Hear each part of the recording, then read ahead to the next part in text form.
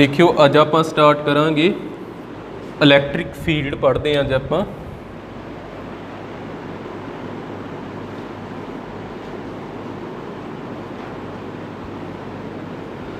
Electric field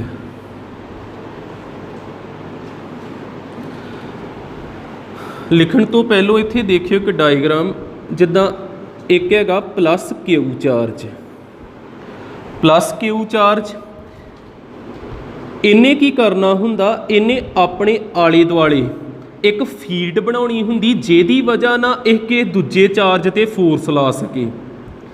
इन्हें अपनी कह लो भी ताकत दिखाउणी आ, इन्हें अपने आले दुआले फील्ड बनाउणी आ भी इहदे विचों इदां लाइनां बाहर निकलदियां ने। इस फील्ड की वजह नाल इह किसे ते कैपेबल हो जांदा, फोर्स ला सकदा। आपां कह सकदे आ एवरी चार्ज भावें वो पॉजिटिव आ भावें वो नैगेटिव आ, एवरी चार्ज क्रिएट्स आ फील्ड एक इदा घेरा जिहा बना लेंदे अपने आले दुआले, क्रिएट्स आ फील्ड अराउंड इटसैल्फ। पहली गल क्लीयर होनी चाहिए, भावें वो चार्ज पॉजिटिव आ भावें वो नैगेटिव आ, इन्हां ने अपने आले दुआले एक फील्ड बनाउणी हुंदी आ, जगह जी बनाउणी आ, ड्यू टू विच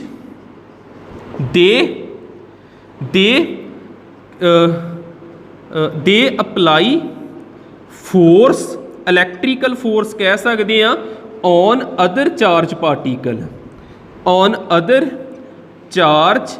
पार्टिकल।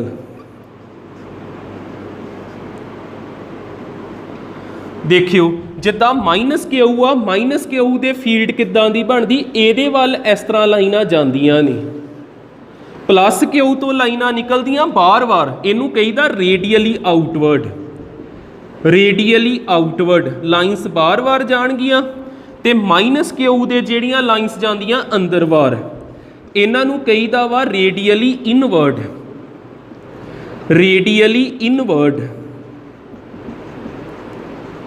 हुणे आपां की किया भी चार्ज जिहड़ा वा वो क्रिएट कर सकदा फील्ड, जिहड़ा चार्ज फील्ड नू क्रिएट करे, जिद्दां प्लस क्यू ने फील्ड बनाई, इनू आपां कवांगे सोर्स चार्ज, क्योंकि ये साधन ही फील्ड बनाउण दा सोर्स चार्ज, ते माइनस क्यू नू भी आपां बोलांगे सोर्स चार्ज, ते जिहदे ते फोर्स लगनी आ, आपां चैक करना फोर्स लगदी कि नहीं, उहनू कहना टैसट चार्ज, वो हुंदा क्यू नॉट सिंबल आपां किहदा दवांगे, टैसट चार्ज दा।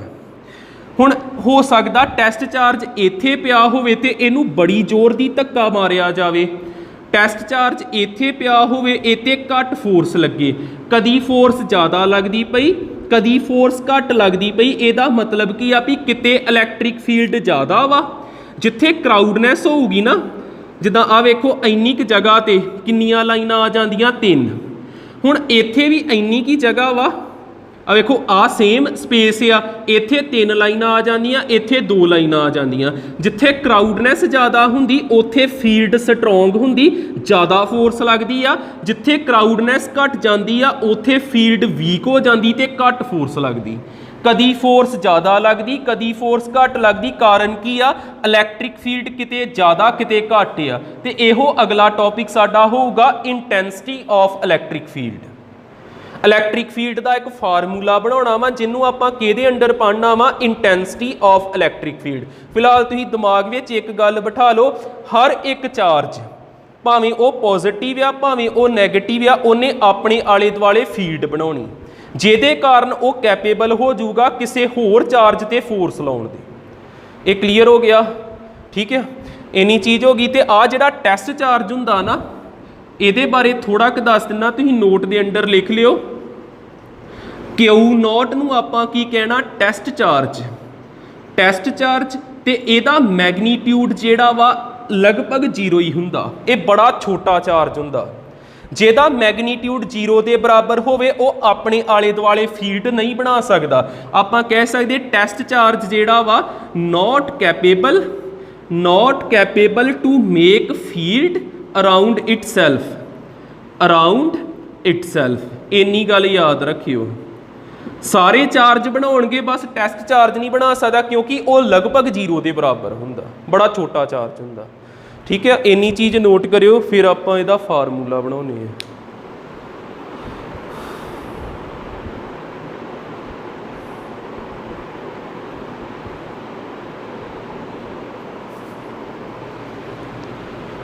देखियो इलैक्ट्रिक फील्ड इंटेंसिटी हुण आपां फार्मूला बनावांगे, इनू डिनोट करीदा कैपीटल ई नाल। जे वैक्टर फॉर्म है तो ई दे उपर वैक्टर पा देईदा। पहलों स्केलर फॉर्म इहदी देखियो किद्दां आपां इहनू कर सकदे हां।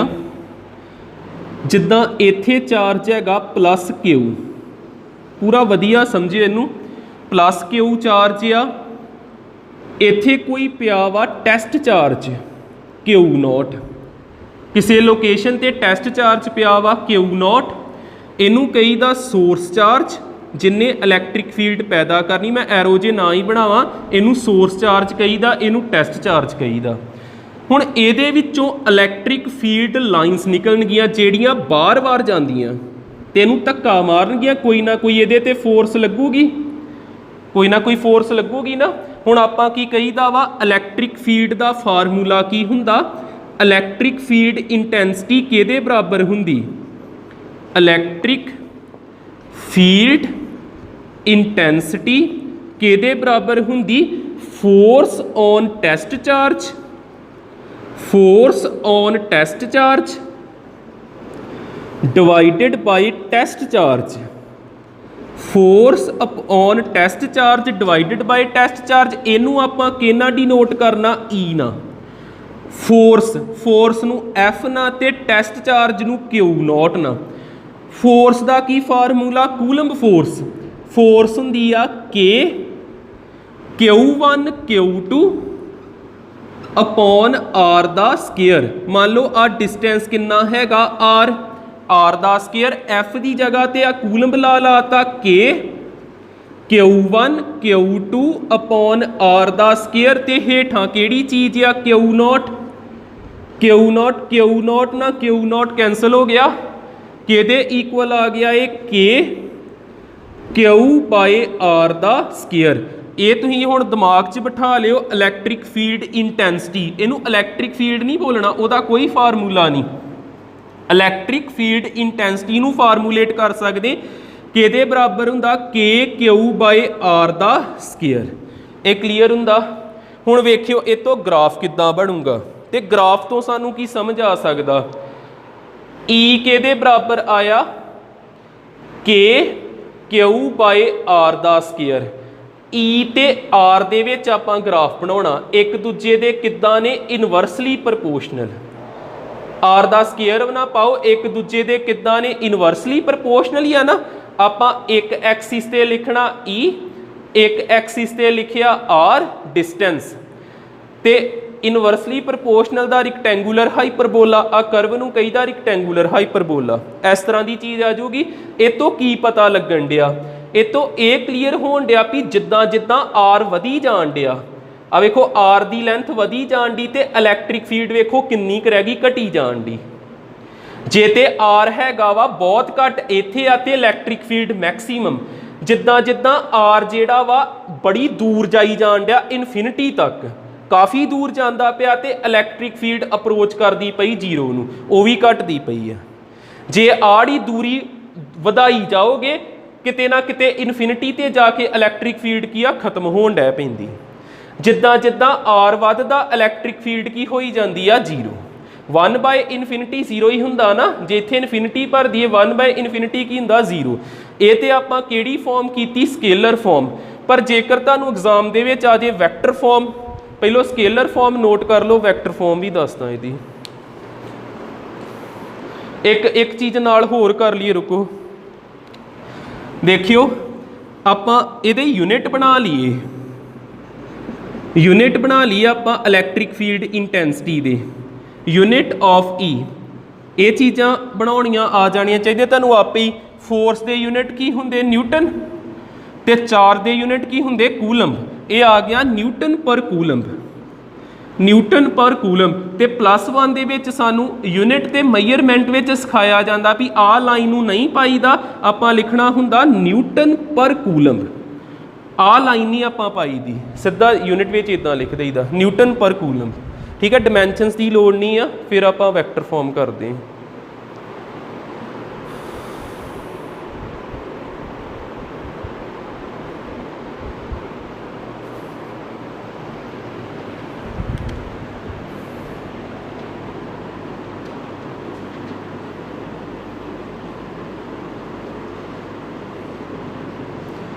Vector form of electric field intensity. Vector form of electric field intensity.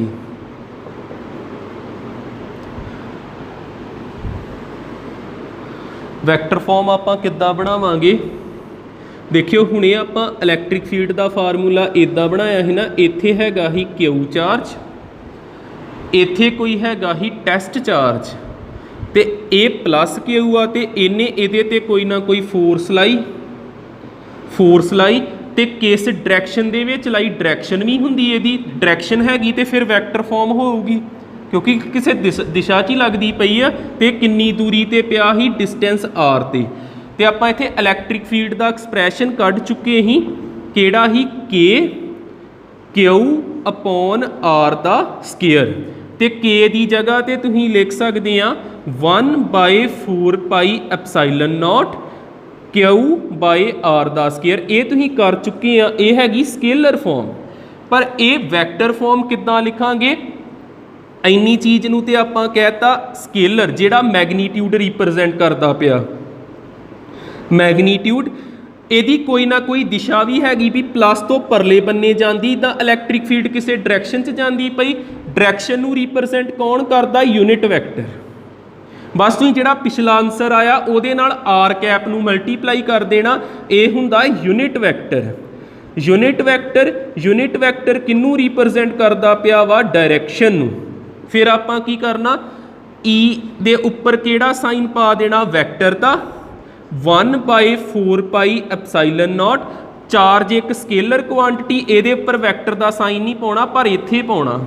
Distance displacement एक वैक्टर क्वांटिटी, इहदा स्केयर। यूनिट वैक्टर का की फार्मूला हुंदा वा, आर वैक्टर, ये हुंदा ही यूनिट वैक्टर हुंदा ही मैगनीट्यूड ते हेठां सिंपल वैक्टर, इस तरह।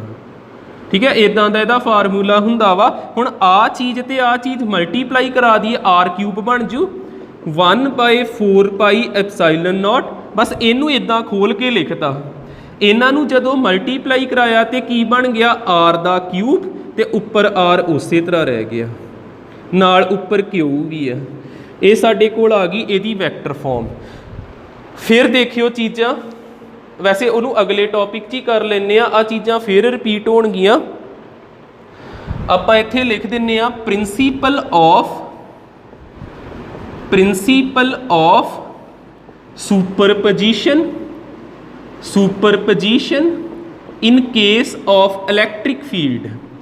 इन केस ऑफ इलैक्ट्रिक फील्ड जिद्दां देखियो, इत्थे चार्ज हैगा Q1, इत्थे चार्ज हैगा Q2, इत्थे चार्ज हैगा Q3, 3 चार्ज है। सिस्टम ऑफ चार्जिस जिथे होना उहदे थ्रू उन्होंने आपां की कह दीदा, प्रिंसीपल ऑफ सुपरपोजिशन।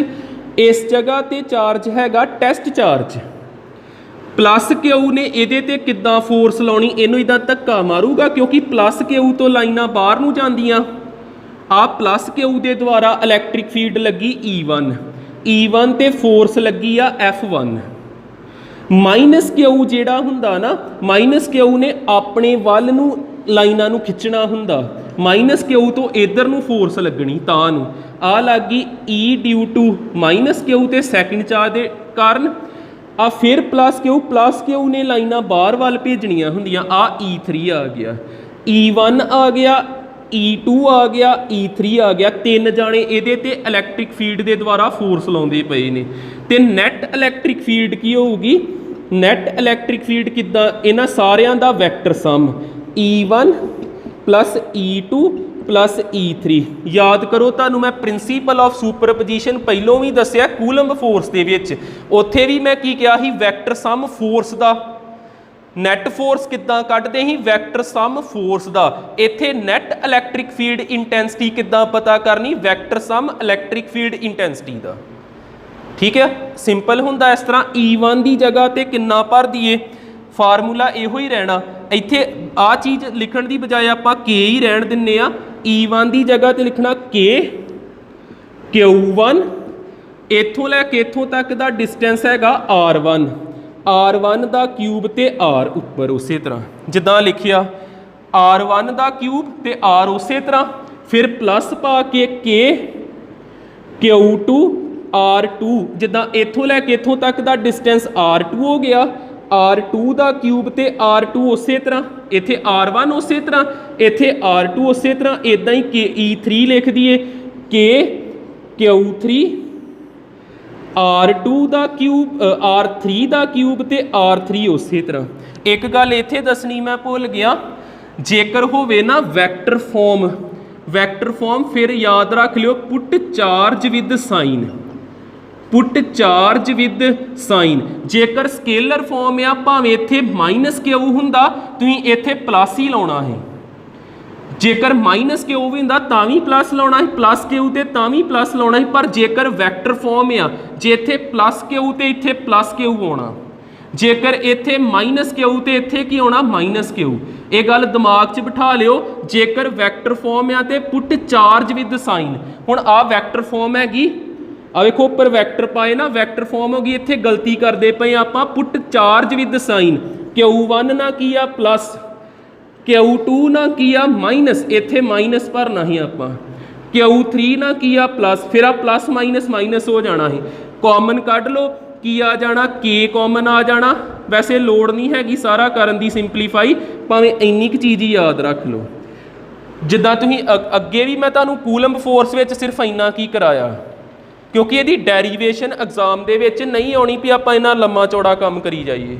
ठीक है सिर्फ इन्ना याद रख लो जिथे भी लिखा हुआ ना प्रिंसीपल ऑफ सुपरपोजिशन उस आप की करीदा vector sum of all the electric field intensities सारिਆਂ ਦਾ वैक्टर सम कर देईदा इन्ना दिमाग 'च बिठाओ हुण आपां न्यूमेरिकल करांगे ਇਹਦੇ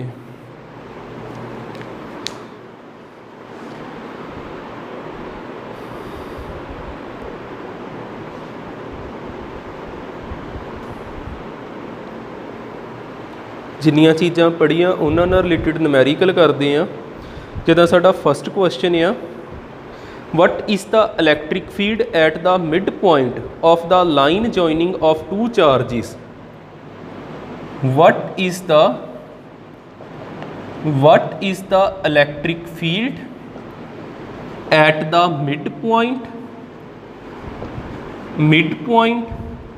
of the line joining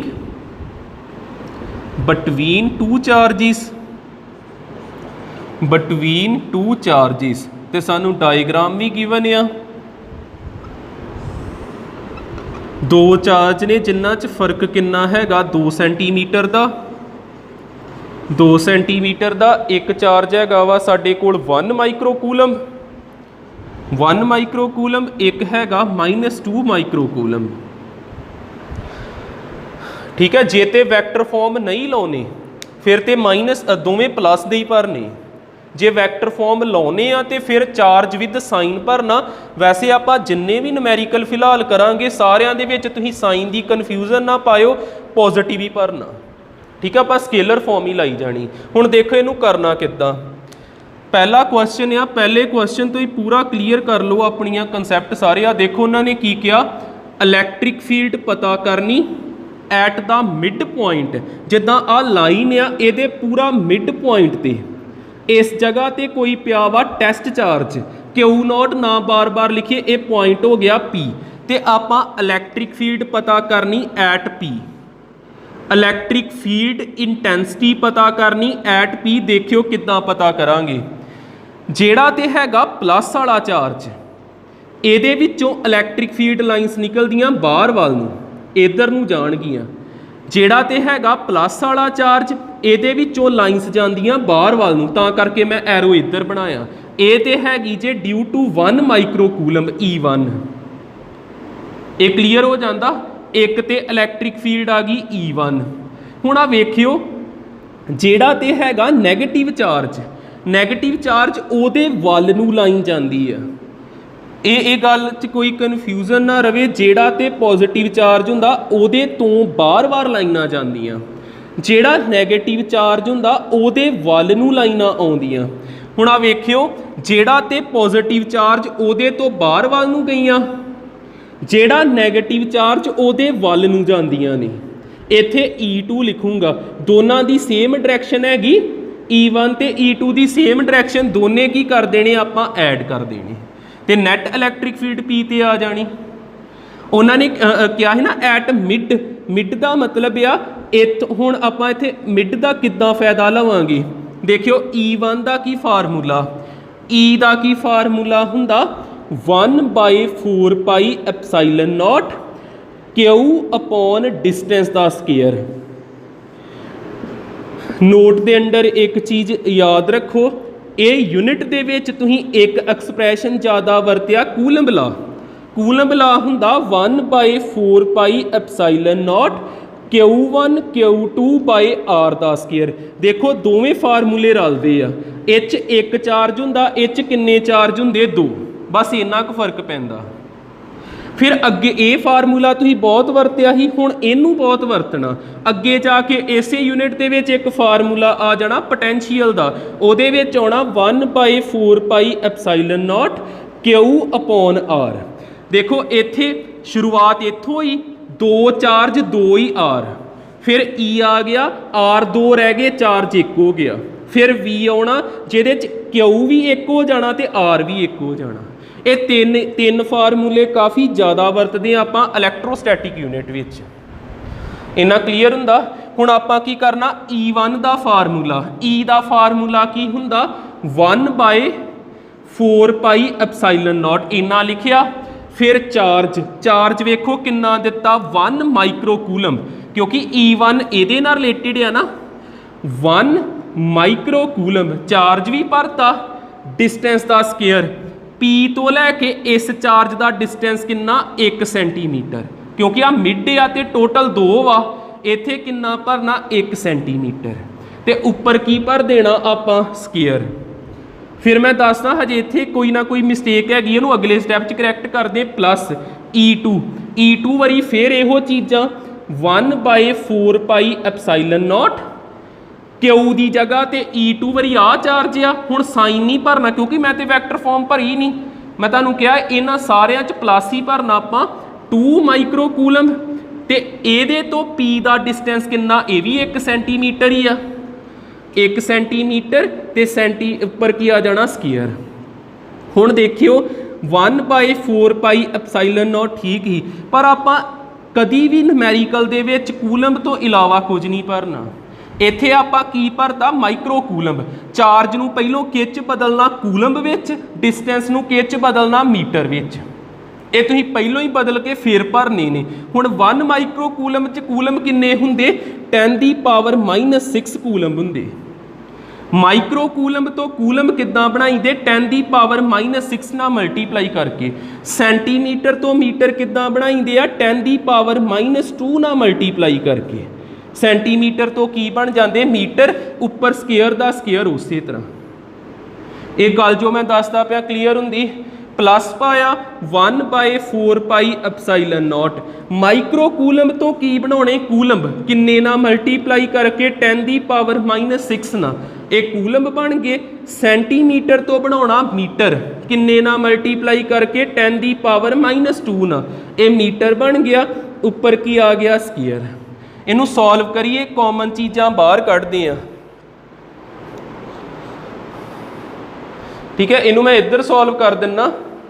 common ਚੀਜ਼ਾਂ ਦੇਖਦੇ ਆ ਕਿਹੜੀਆਂ ਕਿਹੜੀਆਂ ਵਾ। ਵੇਖਿਓ ਇੱਥੇ ਵੀ 1 ਹੈਗਾ 1/4 ਪਾਈ ਐਪਸਾਈਲਨ ਨੋਟ, ਇੱਥੇ ਵੀ ਕੀ ਆ 1/4 ਪਾਈ ਐਪਸਾਈਲਨ ਨੋਟ। 1/4 ਪਾਈ ਐਪਸਾਈਲਨ ਨੋਟ ਬਾਹਰ ਆ ਜਾਊਗਾ। होर इत्थे भी 10 की पावर -6, इत्थे भी 10 की पावर -6, 10 की पावर -6 भी बाहर आ गया, तो आ भी सेम आ, 10 की पावर -2 भी बाहर आ गया। अंदर की रह जाता, एक रह गया 1, एक रह गया 2, 1 + 2 रह गया। तो यदी वैल्यू जेकर सॉल्व करिए के ही आ ना, तो के की वैल्यू होंगी 9 × 10 की पावर 9, आ कैंसल हो गए, 10 की पावर -4 बचिया, तो इत्थे 3 आ गया, 9 3 जा 27, 9 चो 4 गए 5 रह गए, इन्नी इलैक्ट्रिक फील्ड आ गई अपनी पॉइंट पी ते। पर यह भी प्रॉपर आंसर नहीं है, साइंटिफिक नोटेशन के अकॉर्डिंग पहले डिजिट तो बाद डैसीमल लाईदा। आपां की करना, जे पहले डिजिट तो बाद डैसीमल लाउणा ना, 10 नाल डिवाइड करो तो 10 नाल अपने कोलों मल्टीप्लाई करा दो, इत्थे एक पॉइंट लग गया, तो 10 की पावर किन्ने हो गए 6। ये न्यूटन पर कूलम ये यूनिट होंदे, ये साडा पहला न्यूमेरिकल होया।